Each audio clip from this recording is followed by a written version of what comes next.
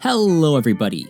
Terrence Lahue here with another episode of the Intellectual Agrarian Podcast, where we talk philosophy from the farm. Good food, unlike good help, is becoming increasingly easier to find. Our guest today is making it easier and easier to get quality craft beef delivered right to your home. Joe Heitzeberg is the co-founder of CrowdCow, an online platform that connects customers with farmers to crowdfund buying beef. Today, we'll discuss where the idea came from, how it works, what craft beef is, what Joe's learned about farming along the way, and so much more. Be sure to enjoy this episode with Joe Heitzeberg.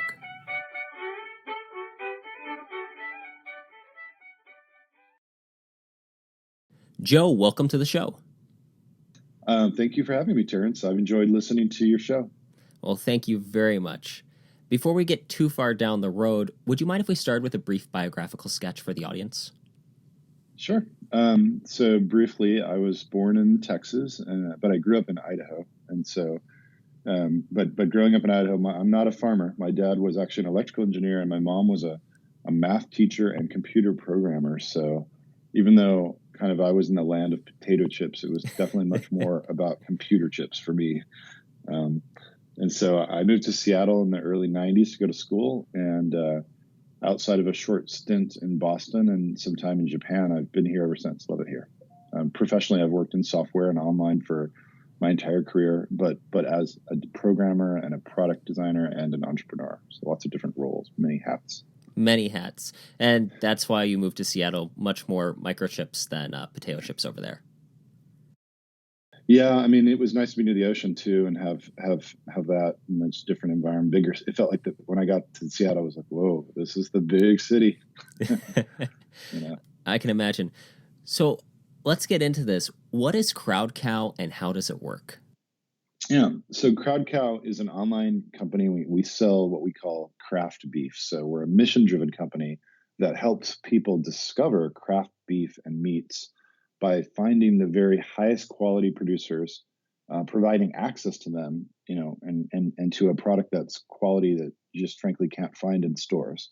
And we create a connection so that people know exactly who raised it, right down to the first name of the person, how they raised it, where they raised it, which are pretty important and basic things that you just can't get almost anywhere else, unfortunately. So we shine a spotlight on the independent producers, and we empower the consumers with more choices than they're used to. Beef, and our theory on this, where we started, why we did this, was that beef is an incredibly important food, and beef is where we started. It's part of our culture. It's something people just are passionate about. I can remember when I was 5 years old, even one of my earliest memories, my mom would say, "We're having steak on Friday." And I would just get excited, that feeling, you can't help when you're a kid, just like that feeling that, well, so steak is awesome. And yet when you're at the store, in today's, world in America, and you're standing at the meat counter, it's just a total commodity. It's a little bit intimidating. It's price per pound. Do you have any questions? When you back up 50 feet from that counter at the store, you have coffee, chocolate, wine, and beer from around the block and around the world, every flavor, every style, and every price point. And it's incredibly empowering and fun and exciting, and you have choices. So that all, in my lifetime, and I can remember when I was in school, Starbucks was, it was early 90s, I don't remember if it was probably national, but it was just kind of early. And I'd never paid more than 50 cents per cup of coffee. I never had different choices. And of course, that's happened with chocolate and all these other food categories that we are passionate about. But yet, when you walk back to that meat counter, this is in 2018, and you ask the person back there, "Hey, where did this beef come from?" They can't even typically tell you what country it came from. And they're not even required to by law, because, as you know, I'm sure, last year in America, they removed that requirement. Mm-hmm. So let alone, like, what breed is it? How would I cook it? Like, give me some other cuts. Like, they don't even have all the cuts in a cow. All the wonder and beauty that is this natural product that is part of our culture has just been lost due to commoditization. It's $100 billion market controlled substantially by 4 companies. So we're taking a completely different direction. We're skiing way off the reservation, way off the trail, like kind of going up the chairlift, and we're skiing down the other side of the mountain, really. So we're saying that there's a thing, craft beef. It's real. There's a diversity of breeds, finishes, traditions, practices, and it represents this incredibly rich world worthy of our attention and exploration, more than most people really know right now. Mm-hmm. And so ultimately, we want to help farmers that are doing that reach more people. We want to shine the spotlight on them. We feel that the people who produce that kind of high quality beef in the right ways deserve to be celebrated and showcased for what they do. And we want to empower consumers with far more choices, better information and transparency, and create a direct connection between producers and consumers and the people around the dinner table.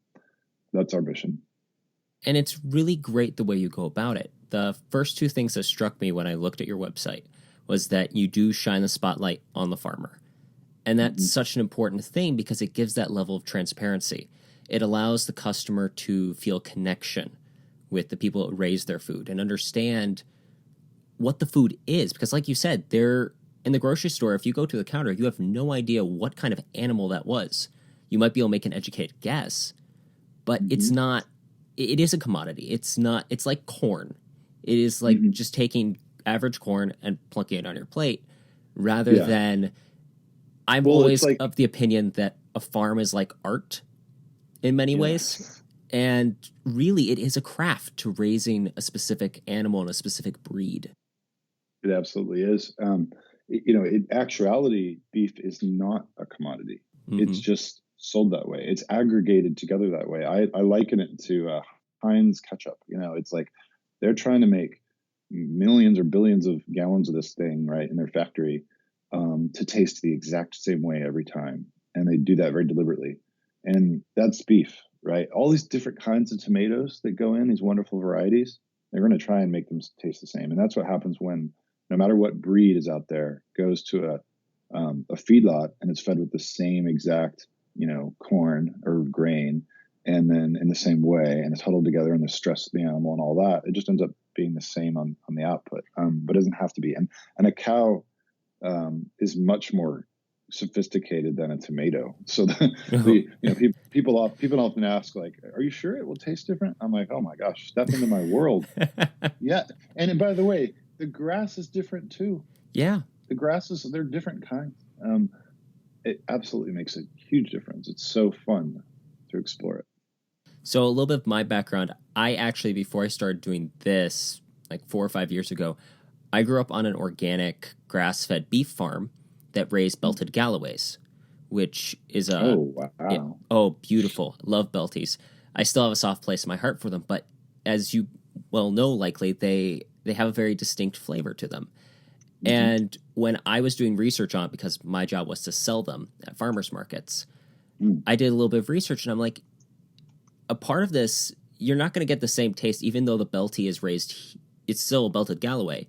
The fact that it's raised in the United States is going to change the flavor from one in Scotland because there's a different grass that was raised. In fact, I even pushed them to try to raise the same grasses as the native in Scotland. It just really didn't pan out very well because, different soils and that stuff.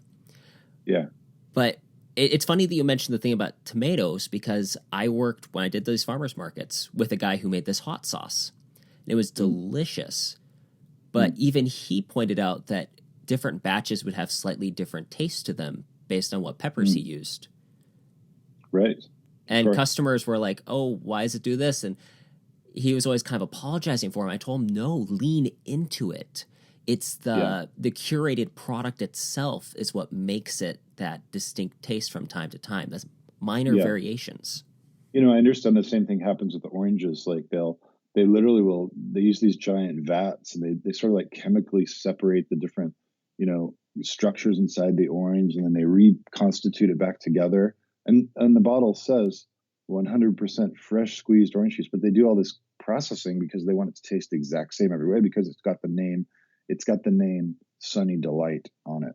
And we're saying it shouldn't have the name Sunny Delight. It should have the name of that grove or whatever of orange, in our analogy, right? It's like, I want to know it was belted Galloway, and I want that to taste different. I'm with you. That is CrowdCow in a nutshell. Mm-hmm.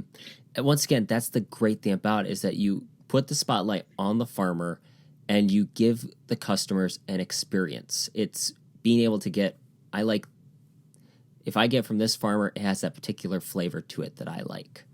And that's just awesome. Yeah.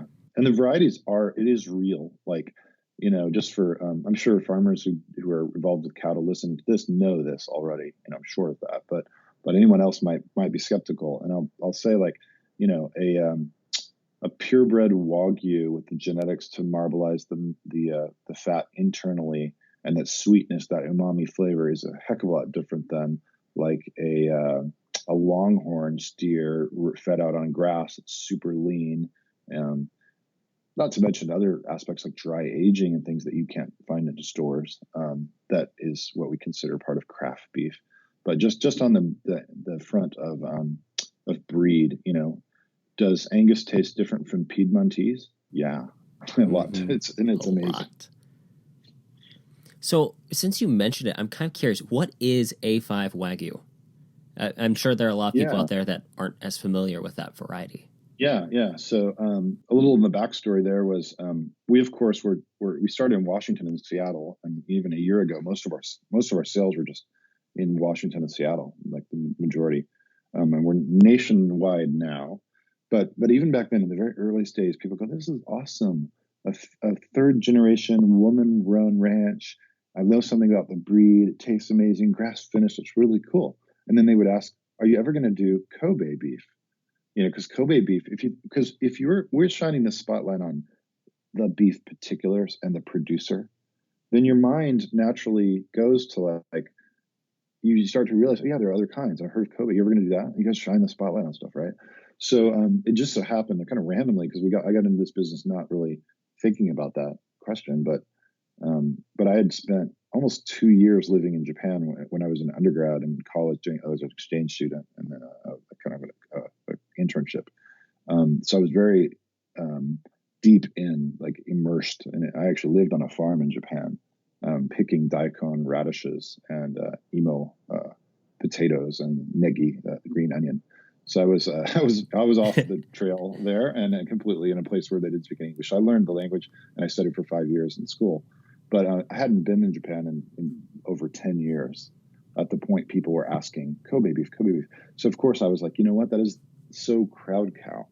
If I could get to an individual farm in Japan and get the beef that way and tell the story, because what does Kobe beef mean? It's a brand name, and there's a lot of misunderstanding about it. A lot of people are using that word to sell beef that's not, quote, Kobe beef as in how a Japanese person would understand it, right? As that craft. So anyways, I'll break it down for you. To your question, what is A5 Wagyu? So Wagyu, the word, just literally means in Japanese cow. That's all it means. And there are 4 different breeds of Wagyu that are native to Japan. Okay. One of those breeds is called Kuroge Washu, and it's the one that is the star of the show. Okay. It's a genetically special, you could almost say freak of nature. It's a genetically special in that instead of layering kind of the fat on the outside, like the fat cap, it actually marbleizes that fat on the inside. It's completely a genetic phenomenon. And then it can be accentuated by feeding them, managing the stress to zero, all this stuff. So, but that property of taking the fat and marbleizing on the inside is something that no other livestock does. So it's very special. So A5, that rating is a rating. It's a combination of like yield score, which is, I think, really something only interesting if you're a producer or a distributor, but also, but the 5 part of that. So A is like the highest quality yield score, and 5 is the highest rating for the marbling and fat quality. So it's the level of marbling and how evenly and beautifully dispersed it is and these kind of things. So A5 is the highest rating possible in Japan. Kobe beef is a brand name, as I mentioned. So it roughly means that Kuroge has to be that Kuroge Washu breed. It has to be from a Hyogo prefecture, which is right where Kobe is. And then it has to be rated at least A4. So A5 Wagyu We do A5 Wagyu from Kagoshima, a different region in Japan, different prefecture. And so A5 is higher rated than Kobe beef, which has to be just A4 or above. And it's a different region of the country, but it's that same breed. When I was in Japan, so I was like, I'm going to Japan. We'll figure it out. I brushed up on my Japanese. I learned made huge word lists of like cow related terms, and learned all these. What is the word for marbling? Shimofurido, right? So I could talk to slaughterhouse guys. Mm-hmm. I was like cold calling Kobe beef people in slaughterhouses, and I'm just trying to invite myself to come and meet them because I didn't have a connection. And I made it happen. I went to Hyogo, south on Awaji, which is the island where 70+% of all Kobe beef is bred and slaughtered and processed right there, and it's the heart of it. And I went to they call it a carcass meetup, or something roughly in Japanese, what it means in English. But basically, it was when they're going to all the hanging beefs on the hooks, right, are there, and the producers come, and the auction guy comes, and the distributor buyers in the local area come, and they cut it open on the fifth rib, and the inspectors, 3 of them at a time, inspect it to do that rating to figure out which has got what are they rated. And if it's not rated A4 or A5, it's not going to be called Kobe beef, right? Mm-hmm. But it'd be called beef that's good or whatever, Yeah. But it's A4, A5, it can get that. And if it's the grand prize winner with like the best of the A5, it'll get like a ribbon, and they'll all celebrate, Mm-hmm. and feel the pride of that prize. And this competitive system, by the way, exists in Japan at the local, regional, and national level. And that drives, I think, the quality, because they're competing in that way. And the training it required to be able to rate the animal to A4, A5, et cetera, takes approximately 3 or more years. And then they always do it with 3 people at a time to kind of coalesce the results. It's just a very Japanese, meticulous system. Mm-hmm. So anyways, as far as I know, we are the only company that's gone to the trouble to go and source beef directly from the small farms and bringing back beef with specific named farms. And we have done it now a few times. And in April, we've got a beef we haven't really talked about yet, but it's from a very special place down south, in this little island called Shiroshima, where they finish the beef with olives, pressed olive peels. Oh. And that one's only been and it's also Kuroge Washu. It's we're getting A4 and A5, so just as high rated as Kobe beef, but it's never been exported for commercial sale and generally available. And we're the biggest importer of it by far, just because we did one load, and we by the time we sold the beef from Kagoshima a few times, and of course I was speaking in Japanese with all these guys and conversing, and they were seeing it sell on our website and thought it was really neat. I'd met the olive beef guys, but they'd said, we're so small, we can't get it exported. We need a partner that has like USDA and HACCP certification, all this right that has done that process on the Japanese side. Mm-hmm. So I was like, I'm going to figure it out. And I basically, told the guys in Kagoshima, like, I'm not going to work through your processing plant with my farms, unless you help me get the logistics. You got to help me get this beef off this tiny little island, because it's a 2-hour ferry ride from a tiny town that's then 2-hour train rides to Osaka. It's like in the middle of nowhere, but you got to help me get it to processing plant, get it exported, because it's so amazing, help please. And they did, and so really excited about that. That is so cool. I love how even in Japan you guys are getting it from the direct farmer, from the producers. That's great. It's really fun. It's hard, but in Japan, kind of interestingly, right, they are much more cognizant as a food culture that beef is different. Like, they celebrate that, like, you have a local variety, or they give it as gifts when they travel or go somewhere, or if they're traveling, they'll be like, oh, I'm going to try the local beef. I don't think that doesn't exist in America. That no, it doesn't.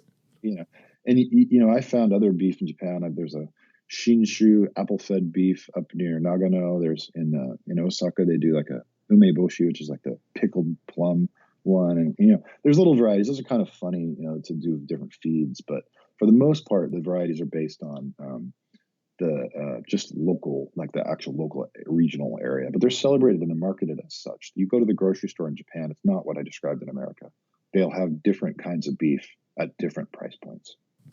Now, I'm a little curious here. Is there any special way that this beef needs to be cooked? A5 Wagyu is so marbled and rich that, first of all, if you took like, a New York steak size hunk of it, like in America, and you just, first of all, you threw it on the grill with flame. It's so fatty that fat starts running out, flaring up. I think it'd be really challenging. So we recommend, like a cast iron or stainless steel, so it keeps it in, doesn't, flame. And then second is, like, if you just cooked a big one like that, like I'm going to eat a New York steak of this really amazing steak, it would just be too much. Most people wouldn't even get, I think, halfway through before they'd be like, this is just too filling and rich.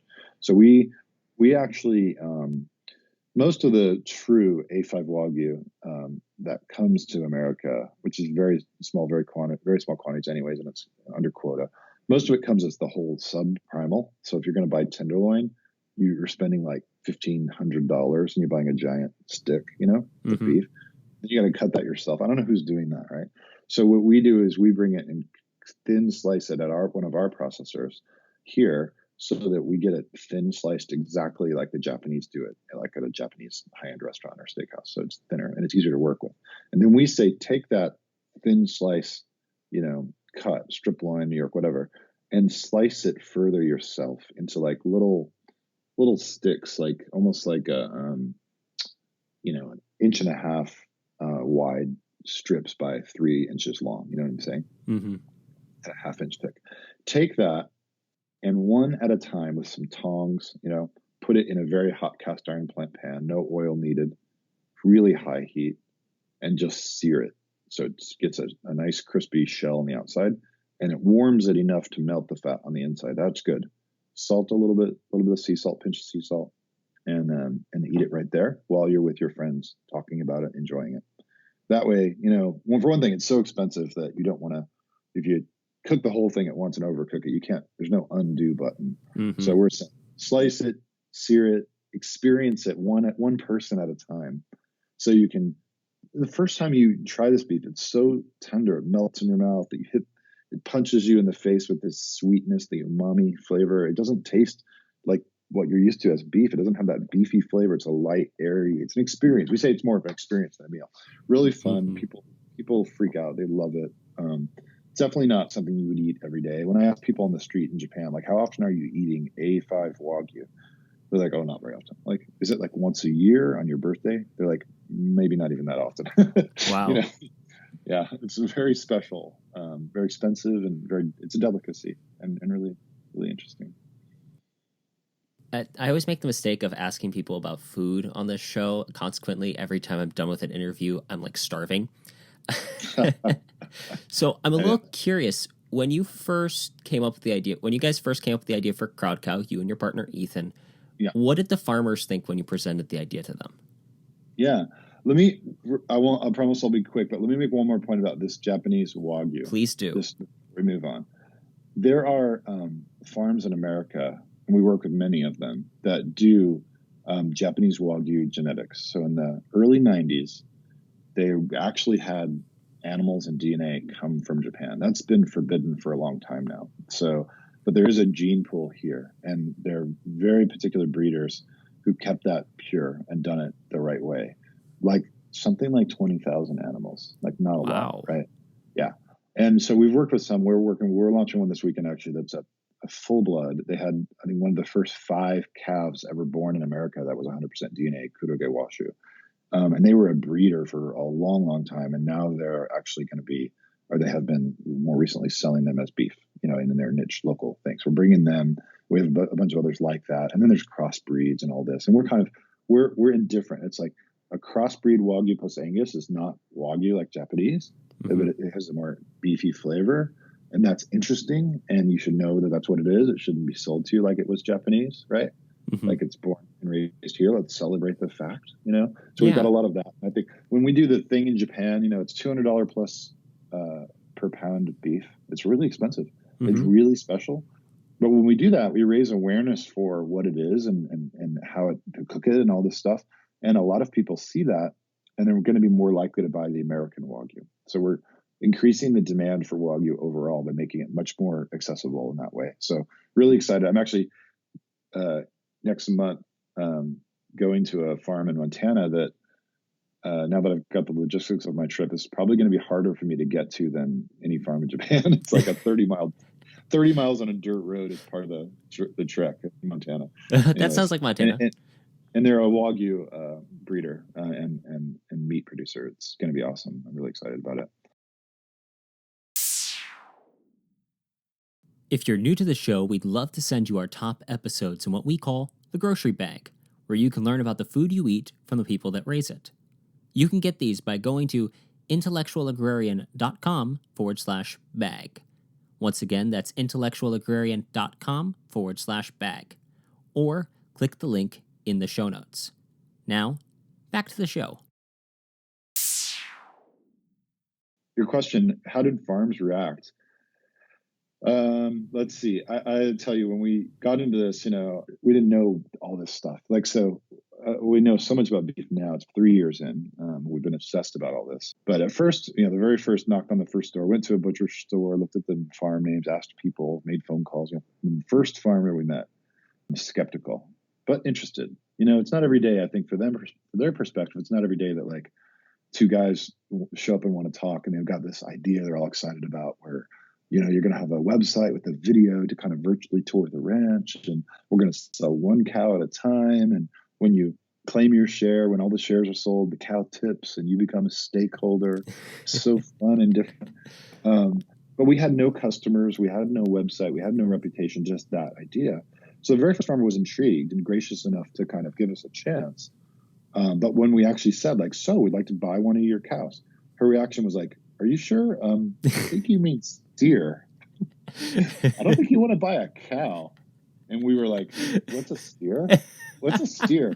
Really, this happened. This is a true story. I know it's embarrassing, but things improved considerably. When we delivered on our ideas, we sold the first one in 24 hours. So she was pretty impressed with that, to our friends online and some strangers. It was exciting. And after 5 or 6 of those, and word started to get out, we would sell out an entire animal in just like 3 or 4 hours. Wow. Because people were coming back for more, and the list had grown. And so when the farmers saw that, they're like, wow, yeah, there's something here. It's interesting and a little scary. It's a little mystery. What is it? And so we worked hard to, what we decided was, let's work with the same farms and build really deep relationships with them so we can learn. We're humble students. We don't know their world. For me, it was like, I thought, like everyone still thinks, there's grass fed and there's grain finished. Any questions? And what we found is like, no, there's lots of different kinds of grass. Any cow in a field can be called grass finished. Mm-hmm. And furthermore, because grass fed is such a big deal in the market, well, guess what? The concentrated feedlots are being repurposed with manufactured grass pellets. Yeah. And then the package has a picture of a cow standing in a field somewhere. And we, and then on the grainish side, it's like, yeah, if you feed like the worst quality, cheapest, high calorie grain to make a buck and get your rating, that's very different from what I just talked about, a Wagyu breed fed out with olives, or corn you've grown yourself for 5 generations of your ranch. That's very different. When I met our first grain finished ranch, and we had customers saying, I love what you're doing, but I don't like the taste of grass finished. I like do you have grain? Can you do this, but for grain? I was like, I don't know. At that point, I had no idea if there was even that existed. We were just like in Western Washington. It didn't exist in Western Washington. So we drove across the mountains to Eastern Washington and started knocking on doors. I met this Gebbers family, which is an amazing family. And I said, and he was grain finished. And I actually asked him, I was pressing him to do grass finished. I said, why don't you do grass finished? You'll make more money. People want that. There's just a big growing market there. And he just looked at me in a kind of plain way. And he just said, grass doesn't grow here. He goes, I'd have to truck it over in semi trucks or something over the mountain pass, or we could irrigate it, that theoretically irrigate, but that's just so expensive and crazy. It was just non-starter. Like, we've been growing corn here for nearly 5 generations of my family. Here's the cornfield over here. Here's the house where my grandpa grew up, And then I was like, where's the feedlot? And he's like, you're standing in it. And I was like, this is a feedlot? Oh my God, my mind was blown. It was pristine. It was open. It was clean. It was, So for me, what I realized was Our mission is to find that the best craft beef, to shine the spotlight on them, make it direct, transparent, tell the stories, empower people with decisions. You're never going to please everybody. It shouldn't be about like create a different label system. Nobody understands the labels. And when you talk to the Yes. farms, I heard you were talking about this on your episode with regard to organic certification and some of the others, which is like we hear it all the time. Mm-hmm. Farmers are like, I could do that, but let me tell you why it's bad for me. Yeah. Or why it's meaningless, or why paying that amount of money, doing that amount of paperwork, and somebody comes here once a year for an hour is just a. Or they'll say like, well, that program there is because Whole Foods wants to make us a price taker. Yeah. When I hear these things, I don't know that labels are in service of farms or Mm-hmm. consumers. And so for us, it's like I'd rather be live streaming with the farmer and share that. And I want people to hear their voice directly. That's more what we're about. Well, and that was a discussion we had with Melinda Hemmelgarn, is that recent interview we did. There are so many different labels, and it's like they're literally come up with a new one every day to try to make people think it's the latest, greatest. Mm-hmm. And I have my issues with all of them in some way, shape, or form. But it's a very confusing part of the marketplace, and that's why I think what you're doing here is so good, is that it allows the person to directly understand what the farmer's doing. On the website, it says very clearly, this is the farm, this is how the beef is raised, this is the farmer's story. And it allows the customer then to decide between, do I want to buy from them or do I not want to buy from them? Is this aligned with my personal values or does it not align with my personal values? Some people don't want grain finished, some people do want grain finished. It allows them that choice and that option instead of simply going to the grocery store and saying, oh yeah, this one's organic, it must be good. Correct. Yeah. When you're in the store, I think about like someone's, like pushing a cart and they've got like a 3-year-old pulling on their pant leg, and they're there to get, 57 different things, including maybe beef. And so when they're at the beef and they corner their eye, they see a sticker shining and it says organic or whatever. That signal is useful from a marketer's perspective, perhaps, or an industry who owns this massive market, consolidated, because they got to convince people to make split-second decisions. That's why our point of view is like, we don't have to do that. We shouldn't. People don't want that. It's confusing. We don't want to do that. We don't want to build another version of that. But we have the beauty and power of online, the internet, to do streaming video and to do. We are in our vision to do, ask me anything sessions with the rancher and things like this, where you can just ask you whatever question you have or watch a video. It's just so much easier to scroll and thumb when you're on your couch with your iPhone and ingest 1,000 times more information than any labels could give you in the store. And you're busy, you're trying to check out and get home, to cook dinner. So like, it's a totally different medium and situation. We can do a lot more with it. And that's what's really enabling it. And furthermore, I think you can get some of that at the farmer's market, right?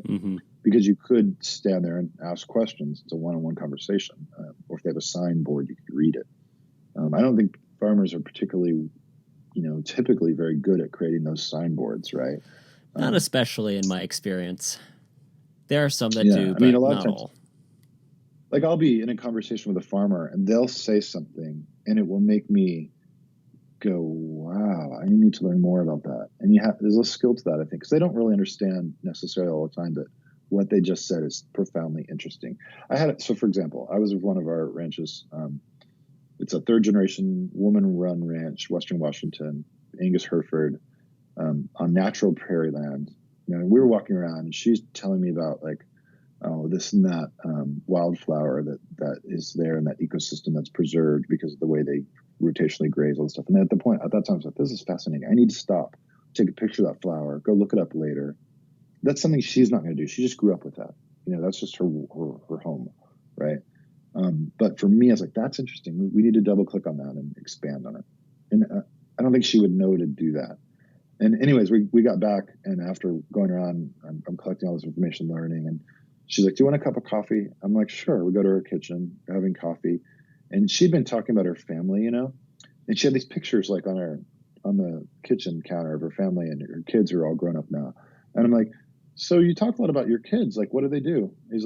She's like, they've gone off, one's like on Wall Street or New York City or something. And I looked at her and I go, he's not coming back, is he? And she just looked at me and just said no. And I was like, oh my God, that's heavy. Yeah. That just that single word no, in the context of we just spent all this time on the farm she grew up on, that her parents grew up in, and her son is not coming back. There's a whole thing about succession there that's just amazing. And I think it really is for people about, let's explore the beef and the taste, and it's fun, and learn the farmer story. But the deeper you go, the more profound it gets, and it's just more meaningful and interesting. Mm-hmm. So we want to get into all that too, eventually, because ultimately, compare that with I just want to get away from the fake and get to the real. Like the fake is what we talked about: grass pellets in a feedlot, picture of a cow, a label. A restaurant that has a name of a farm, but when you dig deep, it's not actually a farm. It's just a farm-sounding name of a distributor. This kind of, stuff is, I think people are sick of it. They're ready for something real. Mm-hmm. And as you said earlier, they are interested in more than just food, but the experience. So that's what we're trying to do.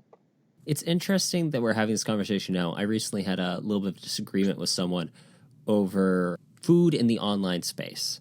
They're a little more of a Luddite and disagree with. They basically saying that the internet is taking away the farmer's interaction with the customer.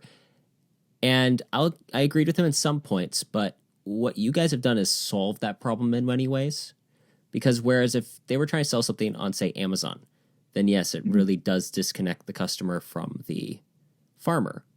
What you guys have done is use the internet as a medium of connecting the farmer and the consumer, and allowing the farmer's story to be told in a way that the farmer's comfortable with.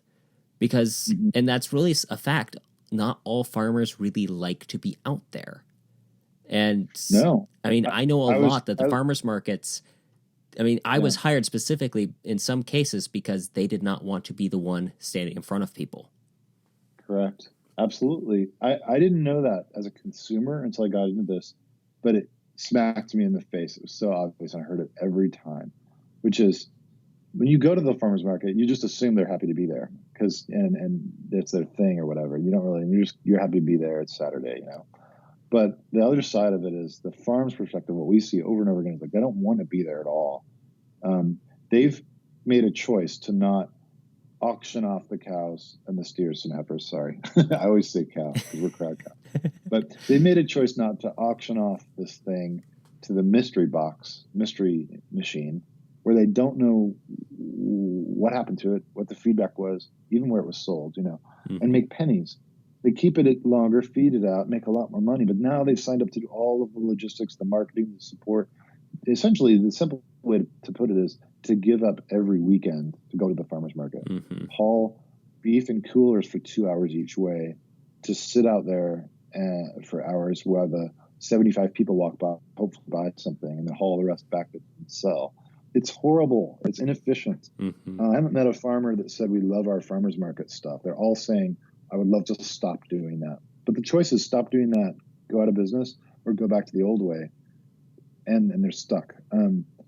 So I didn't realize that getting into this, that wasn't like the problem we were trying to solve at all. But we realized oh, wow, yeah.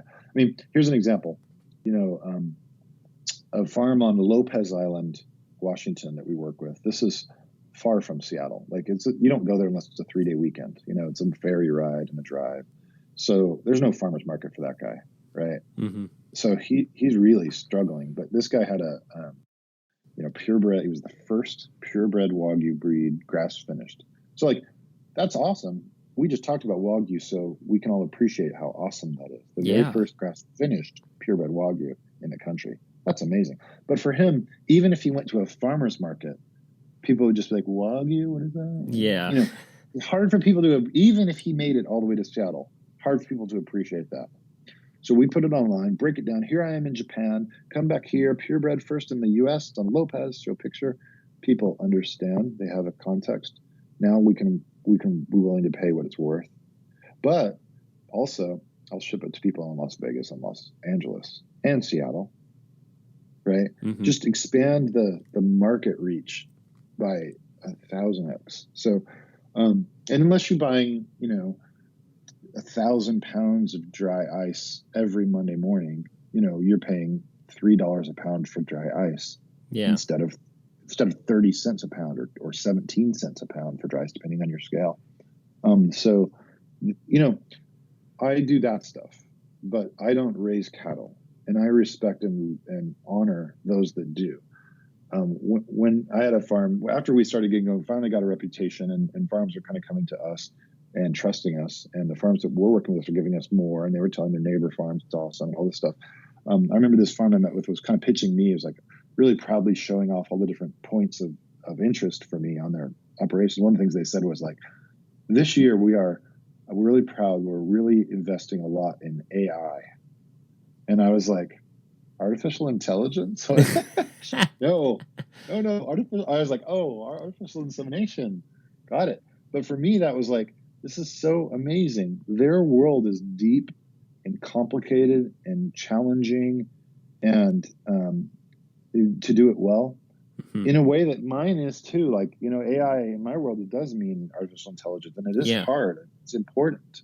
And like, I just think that's, the win-win of working together to enable them and celebrate what they do at that deeper level is so great for customers. And they really need, the marketing and distribution that we can give, the storytelling ability and a connection.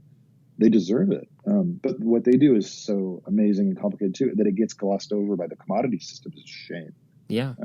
So now I'm curious, can you kind of walk me through a customer from looking at the website and purchasing their product to it getting to them? Can you kind of walk me through that process a little bit?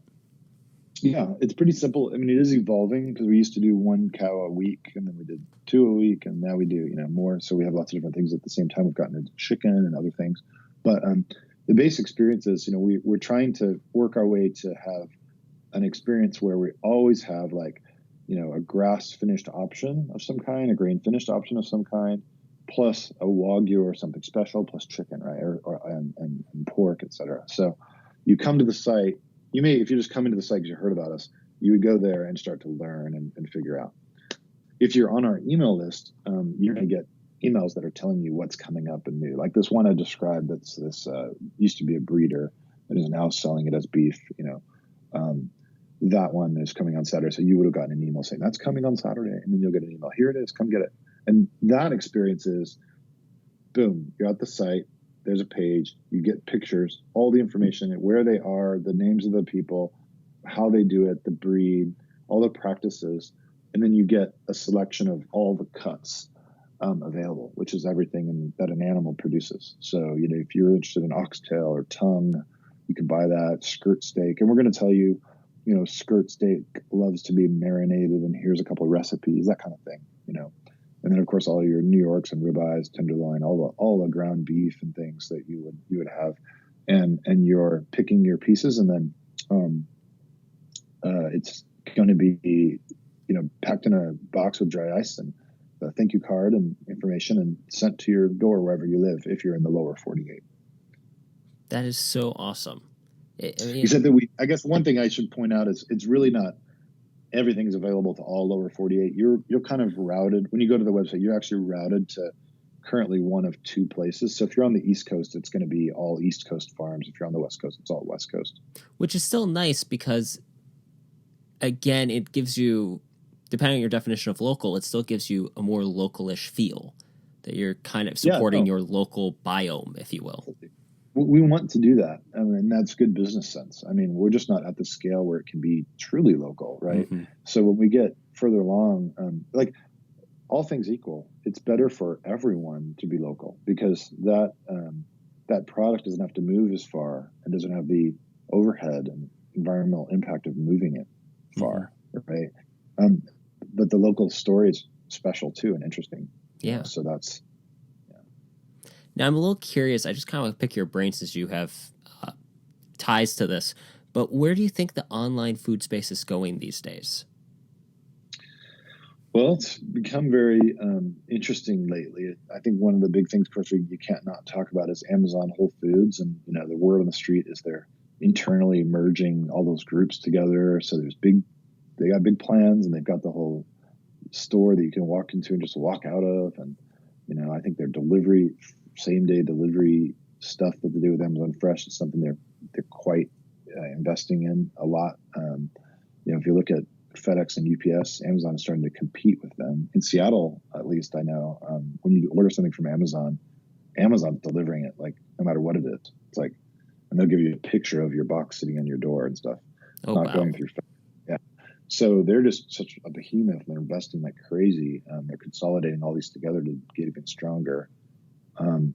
So I think based on that, though, you're going to just see, competition drives innovation. Mm-hmm. And, if you're, I know for a fact, right, if you're FedEx, you're like worried about this. And so you're innovating like crazy on things like same day delivery. If you're Walmart or Costco, you're innovating like crazy on how can we offer something unique and different from what Amazon does. How can we leverage our stores or our assets to do something better, right? So it's driving a lot of innovation competition. I think Amazon represents low price and convenience and infinite selection, but not discovery. No. So, they commonly sell counterfeit goods and don't really seem to care. Like, just put everything up there, let the consumer figure it out.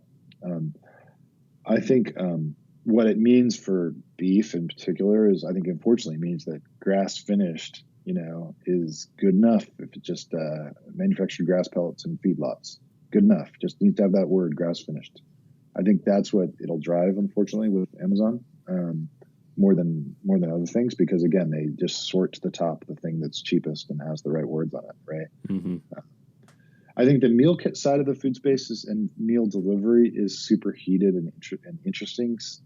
I think the box of the month club, many variations of that, are tired, and they're all kind of super competitive around like different healthy, natural. Yeah. That's need to blend together. I know for, people who are like surfing the discounts on these things just to like, oh, I'm so proud, I got a month of free meals by just canceling each one by one. It's like, it's a race to the bottom. Yeah. That's not sustainable. So, for the farmers, whatever's in that box, that's ultimately not sustainable. So hopefully the space we're moving away from all that stuff. But I think back to that, the most interesting for me is definitely that last mile delivery piece and all the storefronts and changing what retail means is for me really interesting. Hopefully within some of those folks, or with CrowdCow, that just will give local producers more help, because I think for them that the hardest thing is they produce animals, not beef or not meat. They produce animals, and getting it to the meat product side and then getting it to the customer is so difficult when you're already busy raising animals the right way. And so any help that can happen on that last mile piece is ultimately good for producers, depending on, what the objectives are of the company that's, investing in that. But again, whatever Amazon does, everyone else is going to run the other direction. So there's always going to be, if you don't like what's going on in that area, you can expect there'll be more in the opposite area, because that's kind of how competition works. Yeah, and that's the point that I've kind of come to with it.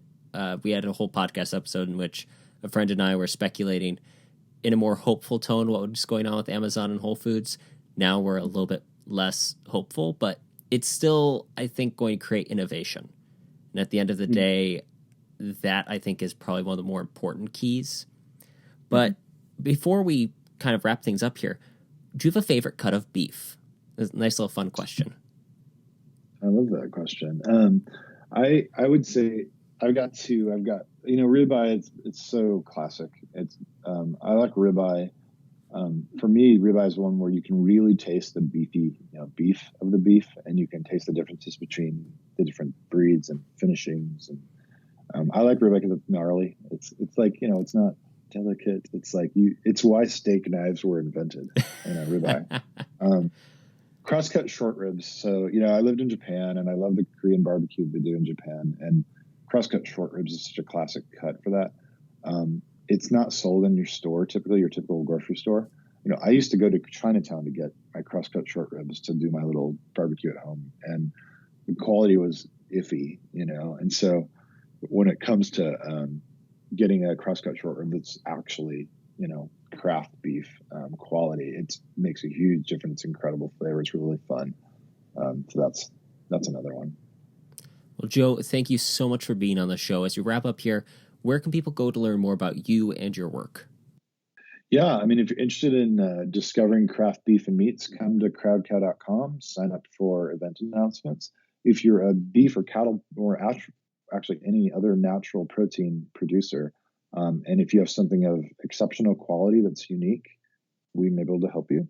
So come to crowdcow.com/farms. Thanks so much again. Have a great rest of your day. We hope to have you again on the show sometime. Thank you. Thanks for having me. It's a pleasure.